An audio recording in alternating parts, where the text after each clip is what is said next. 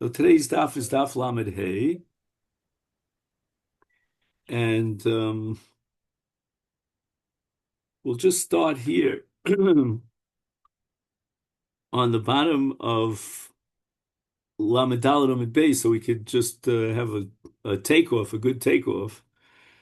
The Gemara on the bottom of daf lamed daled lamed beis, we're trying to figure out that if the dam from the neck of the animal spills on the floor, and Chachamim say that if it was never received in a kli shares, and that means it went directly from the neck of the animal onto the floor of the azara, then in such a case, you cannot collect the dam, and the carbon is therefore puzzle.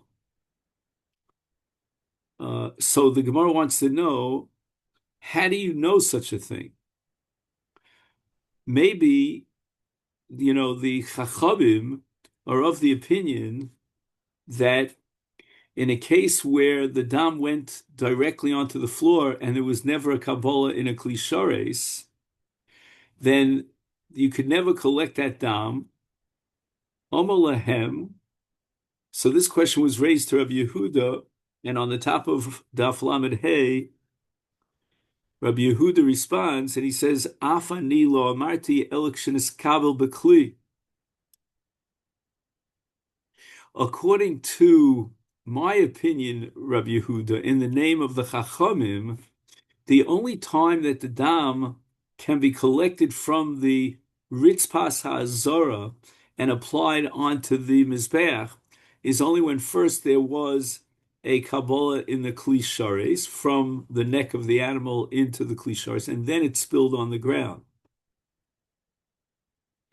Now, keep in mind that we've already mentioned in the past that the only dam that could be used for zrika and applied on the mizbeach is only dam hanefesh. Dam hanefesh means that first spurt of blood that comes out of the neck of the animal, that is called the life blood, the dam hanefesh of the animal. So the Gemara says now that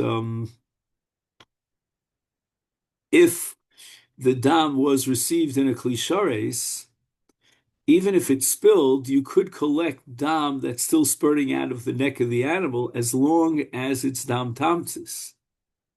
So Gemara says, "Vahu gufa minole." How does Rabbi Yehuda know? What basis does he have to conclude that the dam hanefesh on the floor was received in a klishares?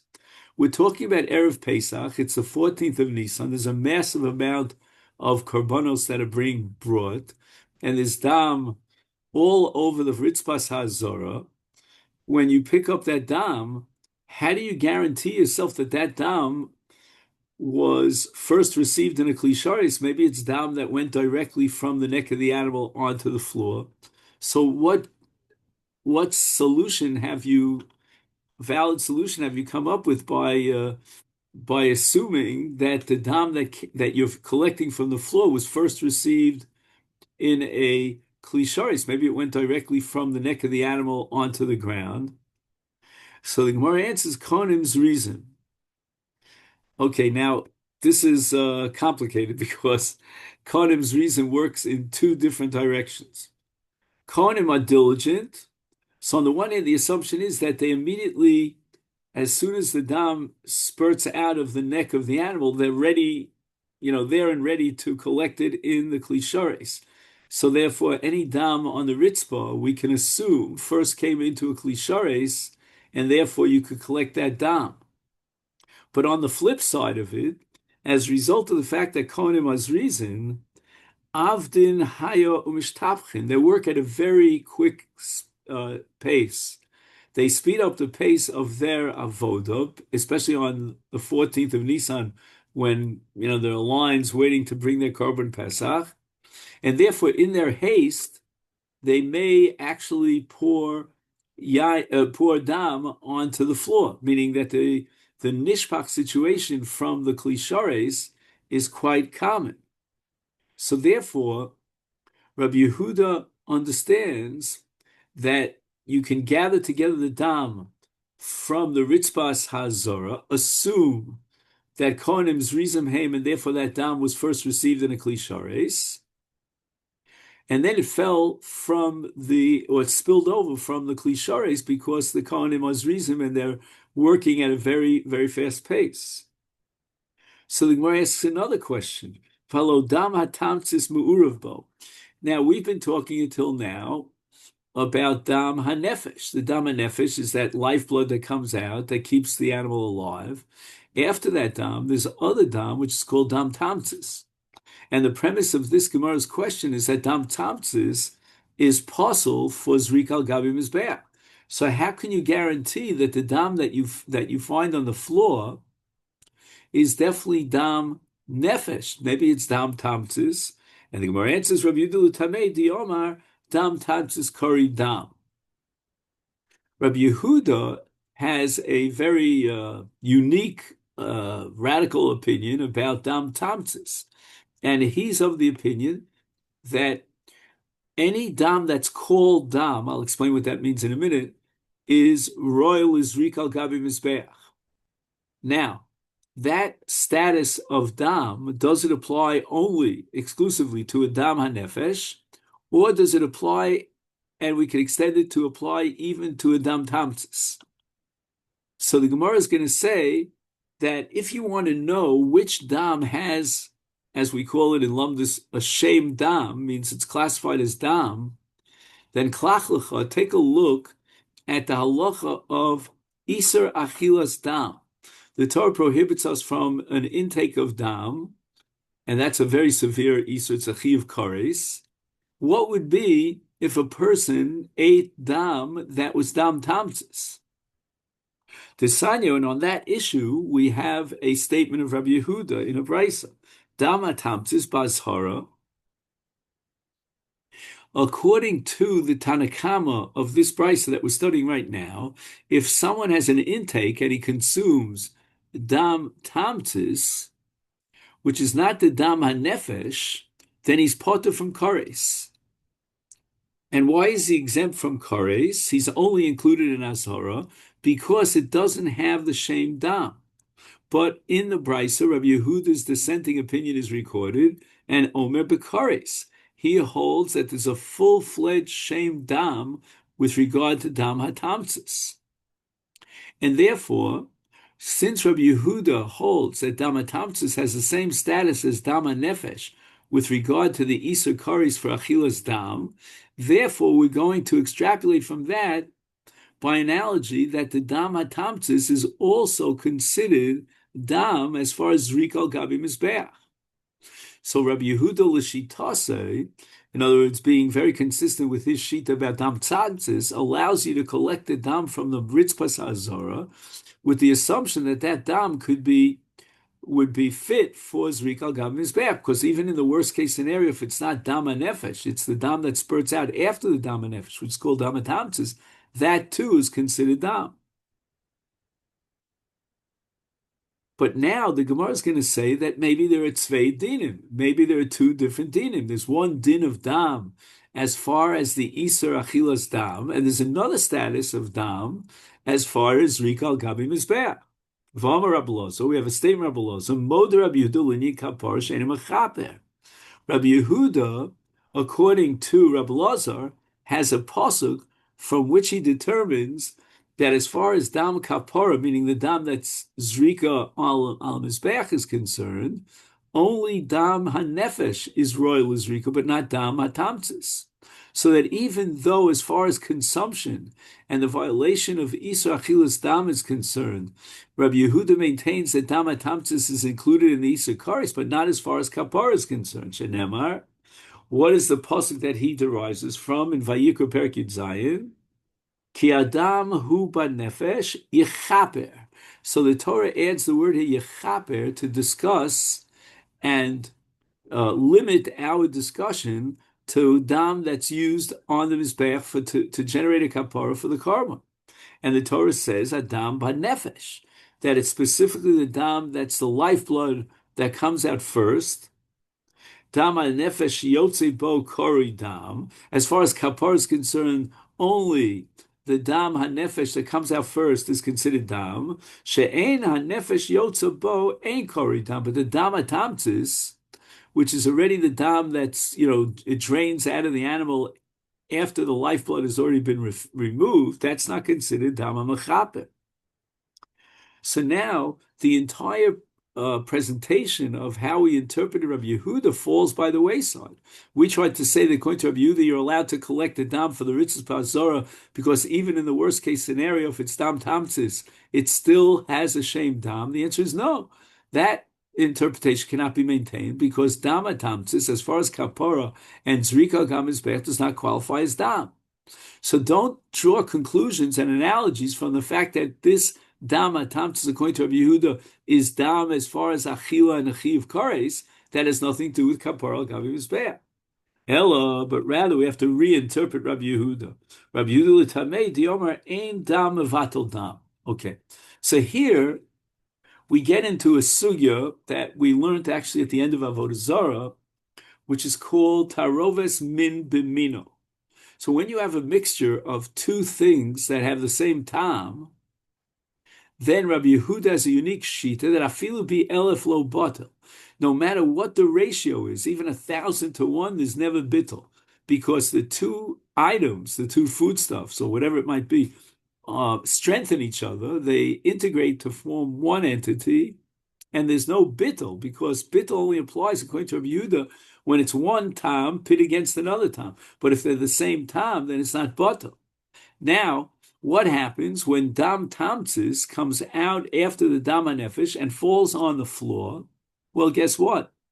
It's not a matter of bittel. There's no matter how much dam tamtzis will fall on the floor, it cannot be mevatel, according to Rabbi Yehuda, the dam nefesh.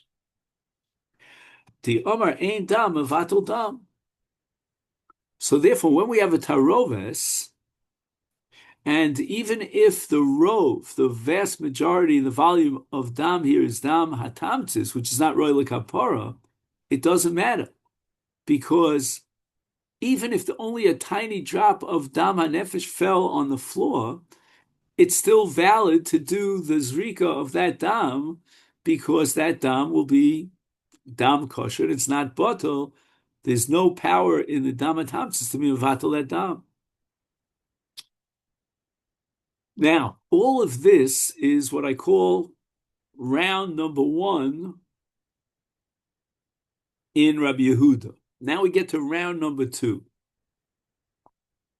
And this is in the Sefer of the same brisa that we covered until now. Amalem Rabbi Yehuda turns to the Chachamim and he says, L'divrechem, according to you, on Erev Pesach, on the 14th of Nisan, since we don't know whether the dam on the floor is royal limizbeach, and not only that, if it's dam atamtzis, which is certainly not royal limizbeach, even according to Rabbi Yehuda, but according to Chacham with a kolshkein, and now that dam atamtzis will be mevatel the smaller amount of dam hanefesh.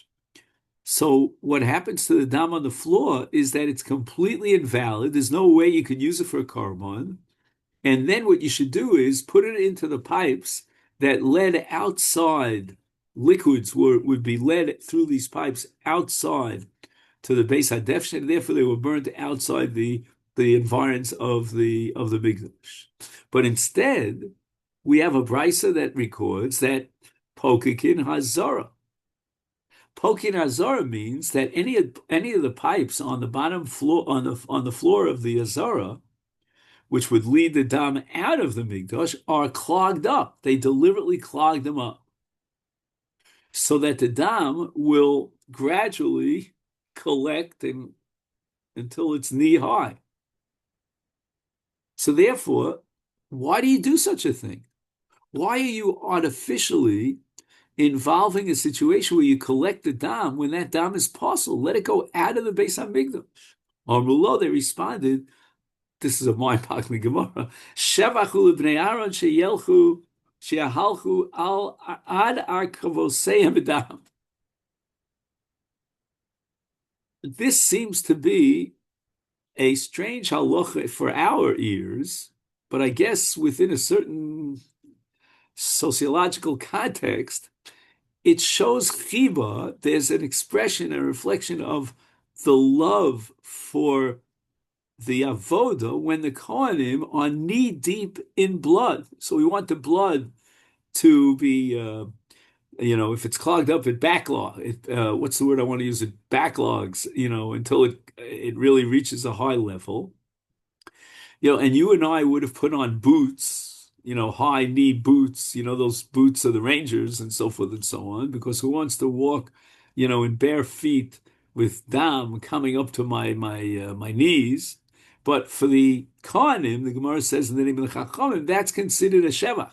That's something laudable and praiseworthy because it shows how much they love the dam of the Avodas HaMikdash. So Gemara says, how can you allow that to go on? For Adam Havi Chatzitza. We have halacha that a Kohen could only do avoda if he's wearing Bigdei Kahuna. And the Bigdei Kahuna, as we learned earlier, have to be directly on his body. The Gemara, you remember, had a suffix if, let's say, the wind even comes into his Michnasayim and they blow it up so that the Michnasayim are not directly on his body. Now, he's knee deep in blood. And that's going to certainly be a chatzitza. And not only that, by the way, above and beyond the law of chatzitza, there's also a law of litif eres ligdula, that the Bigdei Kahuna should be beautiful and not soiled. We discussed, if you recall, a whole sugya about Bigdei Kahuna, that bolu mean, they got disintegrated over the course of time, and therefore you shouldn't be using them. How can you possibly imagine that the Kohanim would be knee deep in blood? So the Gemara answers, this is a pella of a Gemara, lav lachu v'lo havi chatzitza. That which is liquid, even though with the passage of time the dam is certainly going to coagulate, but right now it's still in a liquid state, and that does not serve and have the status of a chatzitza. This not, because we have a Mishnah. I'm not sure right now where this Mishnah is. That's the drawback of using this particular Gemara. In any event, maybe you'll tell me where the Mishnah is. I think it's in Masechta Eruvin, if I'm not mistaken. Anyway, Hadam vadio vadvash v'chalav yeveshim chotzitzin lachem ein chotzitzin. So there's no chatzitza with regard to blood, ink, honey, milk, if it still remains lach. I guess the reason for this is because something is lach, it's going to be immediately washed off the body. So it's not really something that's permanent. Once it gets dry, it's like a scab that you have, it becomes like more permanent. When I said forget about chatzitza. Okay, let me grant you that since the blood is in a liquid form, it's not a chatzitza. But nevertheless, you are now, dirtying up the Bigdei Kahuna, and it becomes bloodstained. Utanana, we have a Mishnah. And again, he says here it's not a Mishnah at all, but it's rather a brisa, and that's why we don't know where to find it. And that is Hoy Begodov Mitushtoshim Fi Avad Avodos Psua. Right? If his Bigdei Kahuna became dirty, then as a result of the soiling of his Bigdei Kahuna, his Avod is possible, because we said Bigdeim Aleim Kohanosam Aleim Kahuna Aleim. They're only considered Kohanim if they're wearing the Begadim. And if the Begadim are soiled, in this case with Dam, then the Bigdei Kahuna are not kosher, and therefore his avoda can't be kosher. So why are you telling me that on Erev Pesach the Kohanim are going to go in knee deep blood in order to show and express their chiba, their love for the avoda? They're possibly avoda. How will you ever do the avoda? I mean, you got to do the avoda for hundreds of thousands of people who want to bring their Korban Pesach. The Gemara offers the following answer: maybe you'll argue that they'll roll up the bottom of their slack of their pants.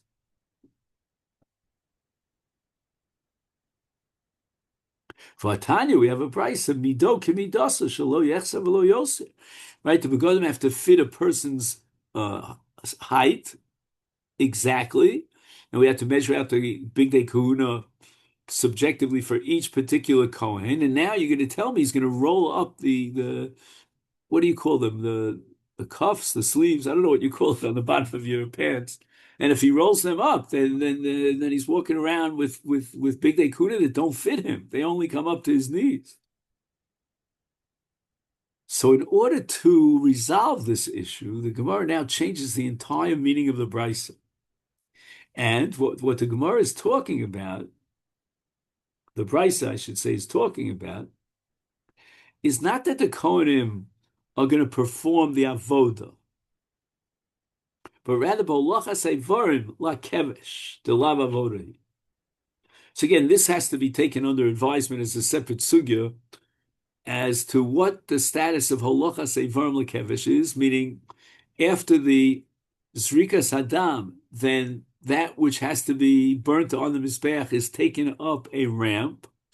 And that holacha, that process of bringing up the ramp, is not called an avoda, and therefore the kohanim don't have to wear big day kahuna. So the Gemara asks, "Lo, is that really so? That taking those parts, the limbs and so forth that have to be sacrificed on the mizbeach, taking it up to kevesh is not considered an avoda v'tanya? We have a brisa that says the hikriv hakohen is hakol." And we said many, many times, I hope you remember that, I hope I remember it, that the word vehikriv means kabbalas hadam, in order to bring the dam closer to the mizbeach for zrika purposes. And the Brisa says, why does the Torah add the word hakol? What's the ribui here in the word hakol, the extra word? Zu holochas evarim lakevesh. That even transporting, or shall I say, bringing up the Avarim that have to reach the Mizbech through this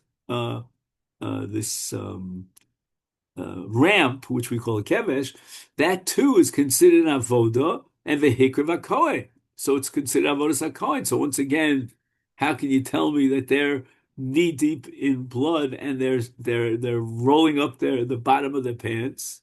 We have to again qualify. I always say that the Gemara goes out of its way to suggest wrong answers. It's not like when you learn Shulchan Aruch, you don't see the give and take in the Gemara, because the Gemara wants to teach us concepts, and the Gemara now wants to make a fundamental distinction between holacha on the kevesh as opposed to holachas eitzim lemarocha. There was another job that the Kohanim got involved in to guarantee that the marocha, meaning the fire on the mizbech, is constant, and there was a beis ha'etzim, a special area in the Migdash that was dedicated for Eitzim, and they would cut the logs down, and those logs have to be brought up the kevesh all the way to the Mizbech to keep the fire going. And that process of bringing up the Eitzim through the kevesh and placing them on the Mizbech, that's not considered avoda, the lav avodahu, and therefore they don't have to wear big day kahuna, and they could roll up the sleeves of their pants. So the Gemara says the following. I don't get it. It's very nice that you're saying that when they're bringing up the logs, to feed the fire on the Mizbeach, they would roll up their feet because that's not an avoda. Yeah, but what about everything else that they're doing? They have to walk through the Azara in order to do the avoda. And now you're going to say they're knee deep in blood, they're rolling up their pants. And the answer is that there were stones that they piled up one on top of the other on the outside of the Azara, and the Kohanim were able to climb onto those stones, those small fences, and avoid the dam. so that it comes out that only those Kohanim who were dedicated to bring the Eitzim onto the Marocha, they would go through the Dam in order to express on behalf of all the Kohanim their chiba towards the Avodah, and they could roll up the bottom of their trousers, but not the rest of the Kohanim that have to do the Avodah. And that leads us here to the Mishnah on Daf Lamed Hey. Okay. Now we're talking about machshava of chutz l'zmano and chutz l'mkomo and the laws of pigul. And we said until this point that there are two parts to the korban. There's the basar, which is the part of the korban that's eaten in the case of shlomim and chatos, and then there's the evarim u'pedarim that have to be burnt on the mizbeach. And the question is, let's say he has a machshava from one to the other, from achilas adam taktoras hamizbeach. For example, hashochet es hazevach lechol dover she'ein darko lechol. Now, what does the phrase dover she'ein darko lechol refer to? What does it mean? We're talking about that which has to be burnt on the mizbeach. That's called achilas mizbeach or haktora al gomi mizbeach. So now he's shechting the zevach, and he has in mind that he's going to eat that evarim u'pedarim, that part of the korban that has to be burnt on the mizbeach, chutz zman or chutz l'mkomo, or the reverse. He has in mind at the time of the shechita that the basar, which should be eaten by human consumption, should be niktar al gam mizbeach, should be burnt on the mizbeach, chutz l'zman or chutz l'mkomo. In all these cases, the korban is kosher, meaning that we don't combine a machshava. There are strict rules over here. There's a fence down the middle that separates between achilas odom and haktor al gabi mizbeach, and we don't cross lines. And Rabbi Eliezer says no.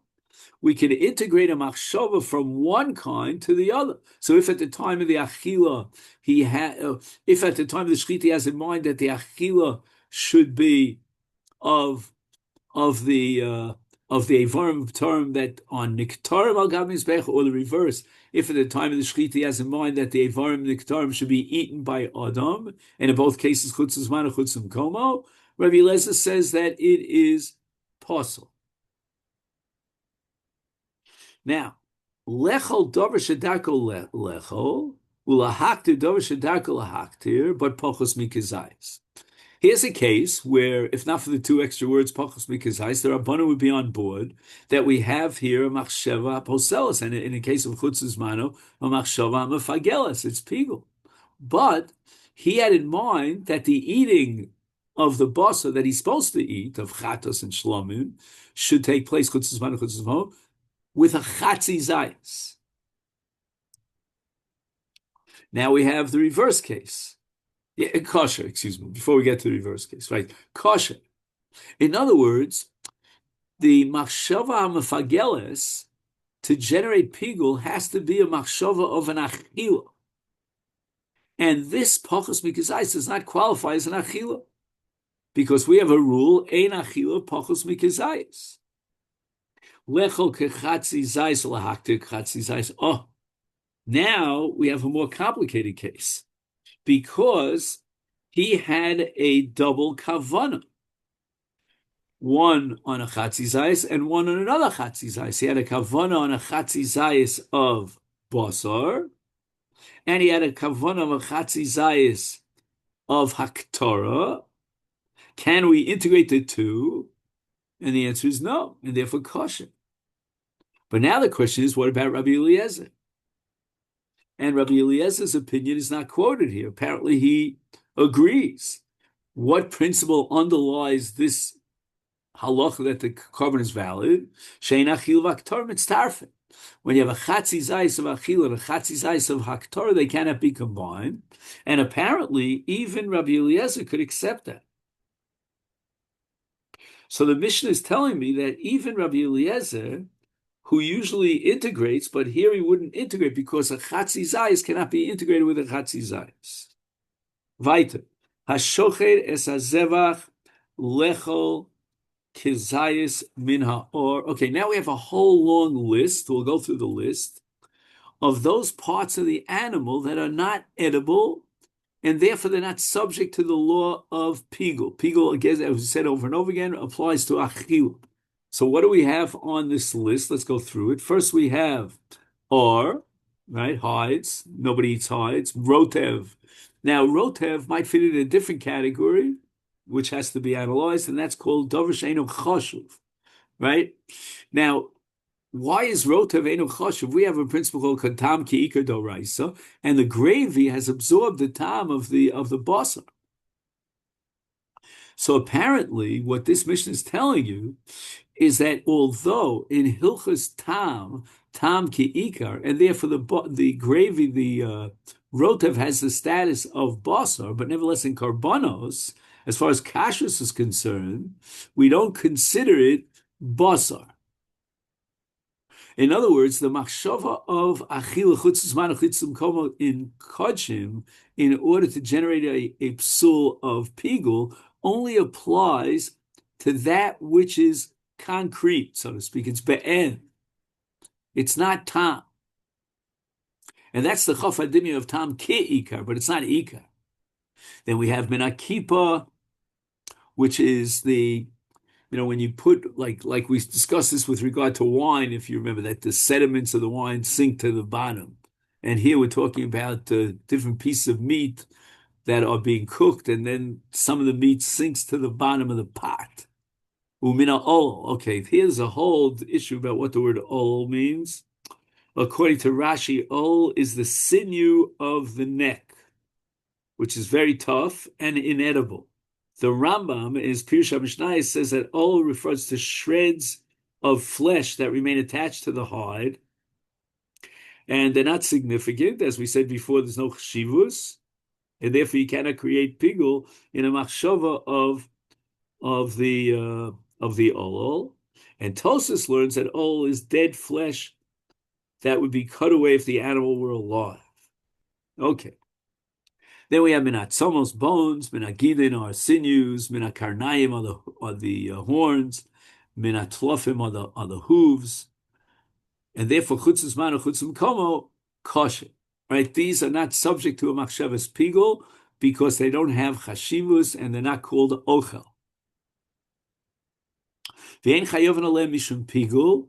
Now the Mishnah seems to repeat itself, and the Gemara is going to have a whole discussion. Why was it necessary for the Mishnah to repeat itself? And then the Mishnah tells you v'nosar v'tomim.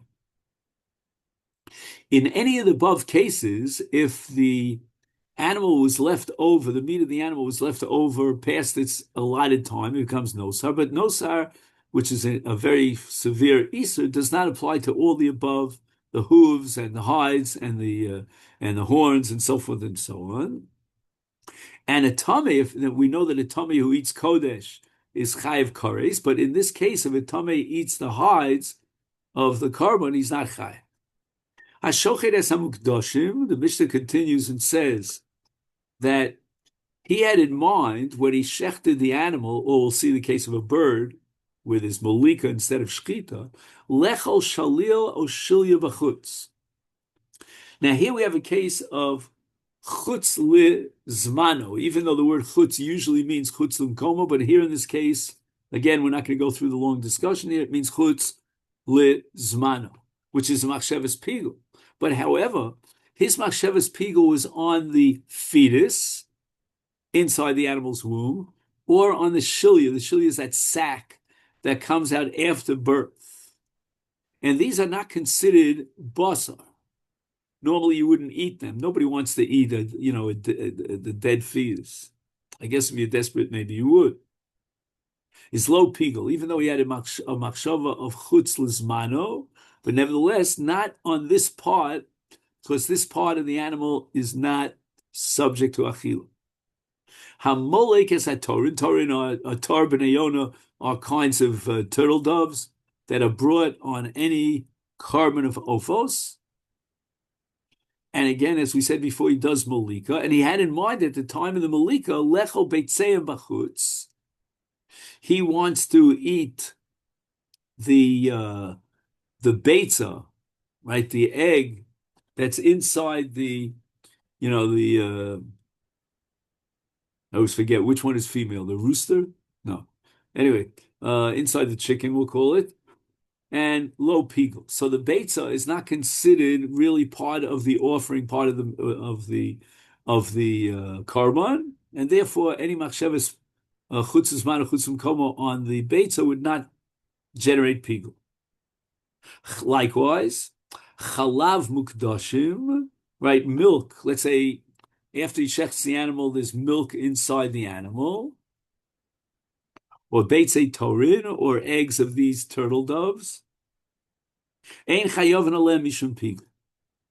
But no sar v'tam. Again, as we said before, there's no pigel because this is not something that's normally eaten. Rabbi Loza. Now let's be careful here. This is not Rabbi Eliezer the Tana. This is Rabbi Loza the Amora. Pigel bezevach nispagel hashol. And the balance of our learning for today is going to be about this very sentence. Although a machshavas pigel on sholil, right? Sholil is the fetus or the sac after birth, would not generate pigel. But if he had a machshavas pigel, which is called pigel bezevach, right, on the actual basar, he had a machshavas pigel of chutzes mano, then nispagel ha-shalil. The shalil, according to Rabbi Loz's interpretation, is still part of the animal. So it cannot generate pigul, but once pigul is generated, it's included under the Isur pigul. So if a person would take that shalil and eat it, after the machshava was a pigul bezevach, he would be chayiv kares. And the same thing with regard to shlil. Lo nispagel ha-zevach, but pigul ba'olol, nispagel morah, morah lo nispagel olol, and pigul be'murim, nispaglu parim. So basically, what Rabbi Loza is saying over and over again in different words, but it's the same principle, is that once he has a bona fide machshavas pigul and he generates pigul of chutzes mano on the basar or on that part of the animal that has to be niktar agav mizbeach, then the entire animal becomes pigul. And therefore, beparim lo nispaglu haimurim. If on the other hand he had machshava, in the case of what's called a chatas ha-chitzona that's burnt outside of the mikdash, there are a whole bunch of cases of chatos, then in those cases that's not machshavas pigul, and lo nispaglu ha'imur. So again, as I said before, the entire balance of our learning today is going to either to support Rabbi Loza or reject Rabbi Loza. So now the Gemara wants to support Rabbi Loza. And the Brisa says, V'shavim. Okay, now this V'shavim has to do with the sugya way later on of Machlok Shin Rabbanon and Reb Shimon. But V'shavim, everybody agrees, it's universally accepted. Shem chishev b'achilas parim u'b'sreifasam lo asav lo klum. If he had a machshavas chutzes mano during any of the avodos with regard to the eating of the basar of a chatos chitzona, chatos hanisrefes, which is burnt outside, is lo asavalo klum, because this is not mimanavsha. It's not a nechal achilas adam, and not only that, it's not huktar al gabi mizbeah. The chatos haprimis, this chatos has to be sent all the way out of the environs of Yerushalayim, and therefore, and there to be burnt. So no machshavas pigul will be chal. So the Gemara now wants to bring a proof for Rabbi Loza. My love, shouldn't we assume that hachisha be'murim nispaglu parim? Right? The Bryce is only saying that the parim could not generate a pigul if the machshava was on the parim themselves, because these parim are not necholim and not niktarim. But the implication is that if he had a bona fide, full-fledged machshavas pigul of chutzes mano in the emurim, meaning the niktarim, then that pigul would be chal on the entire animal, including the basar, even though the basar is going to be burnt outside of the of Yerushalayim. And therefore, we support Rabbi Loza. And the Gemara says, "Lo, this is not a valid proof."